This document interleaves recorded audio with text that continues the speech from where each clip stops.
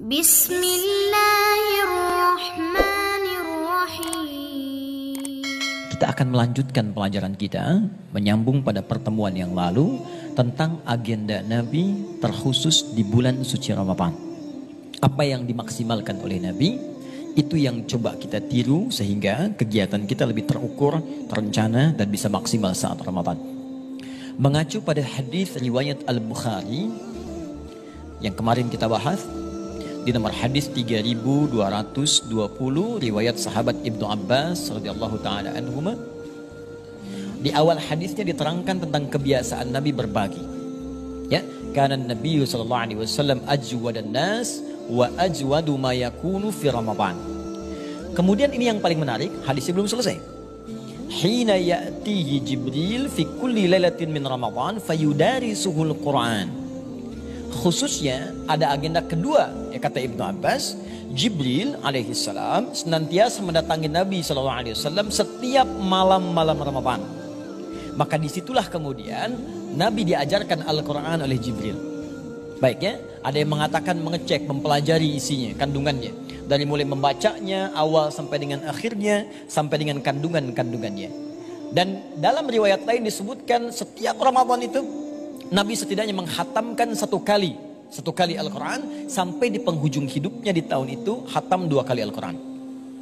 Nah, dari hadis ini, bagian terakhir di hadis ini, maka ada pakar hadis dan ulama fikih menyimpulkan di antara kegiatan Nabi saat Ramadan yang bisa kita rencanakan dan terukur adalah kegiatan berinteraksi dengan Al-Quran. Ya. Ini kegiatan yang hebat, agenda yang mulia dan pahalanya melimpah. Bahkan ada ulama mengatakan tidak lengkap Ramadan seseorang jika tidak diisi dengan interaksi Al-Quran. Karena saat puasa itu diwajibkan, diikutkan oleh Allah kalimat turunnya Al-Quran. Buka Quran surah kedua Al-Baqarah ayat 185. Ya. Syahrul Ramadan alladzi unzila fihil Quran.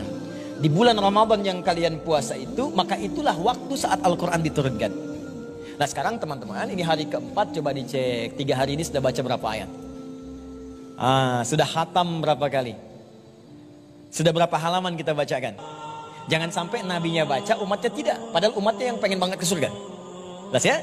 Nah, cara berinteraksi dengan Al-Quran ini bisa dibagi pada 3 bagian. 1, ada yang disebut dengan qiraat. Apa namanya? Qiraat, sekedar memperbanyak bacaan walaupun tidak fokus mendalami artinya. Ya, baca, perbanyak khatam. Pahalanya setiap huruf kalau di luar Ramadan itu 10 setiap hurufnya. Mengacu pada hadis At-Tirmidzi nomor hadis 2910. Tapi kalau Anda kerjakan saat Ramadan seperti saat ini, dikali 10 kali lipat lagi, Masya Allah, setiap hurufnya. Anda bacakan 1 huruf, langsung dapat 100. Karena itu Al-Imam Asy-Syafi'i. Imam Asy-Syafi'i, Mas Bedu, tahu Imam Asy-Syafi'i? Masya Allah, kenal di mana? Masya Allah ya. Al-Imam Asy-Syafi'i cucu Nabi, ahli fiqih, itu generasi keturunan Nabi maksud saya. Ahli fiqih itu setiap hari di luar Ramadan khatam Al-Quran. Tapi khusus untuk Ramadan, sehari 2 kali khatam. Ya, selesai Ramadan, 60 kali khatam.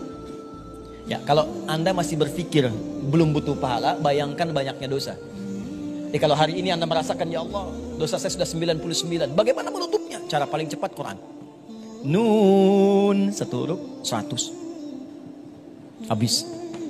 Dan menariknya, hampir nggak ada orang baca Quran cuma 1 huruf. Silakan lihat.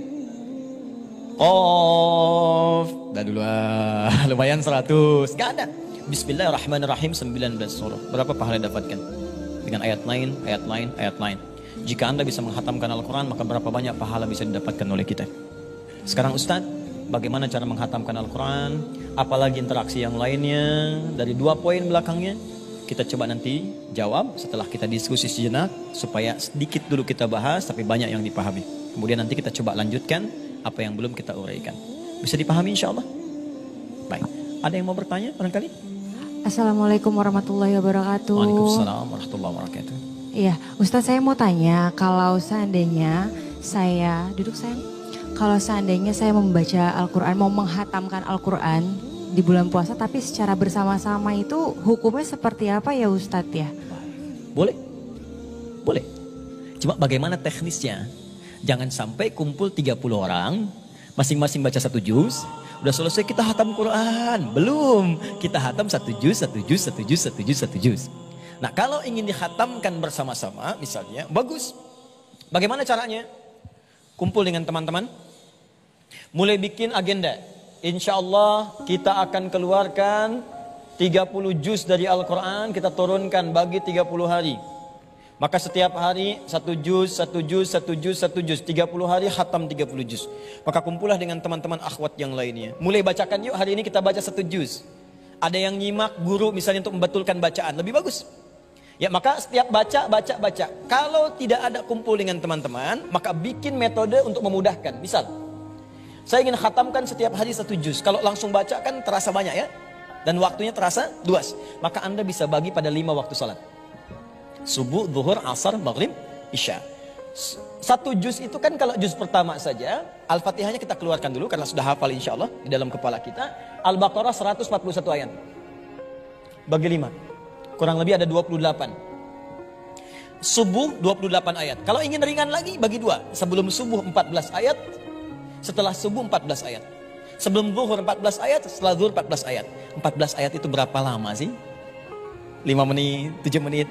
Apa kita tidak punya investasi 5 menit untuk akhirat kita? Sedangkan dunia 5 jam kita penuhi untuk urusan dunia yang saat didapatkan hasilnya mungkin wafat seketika.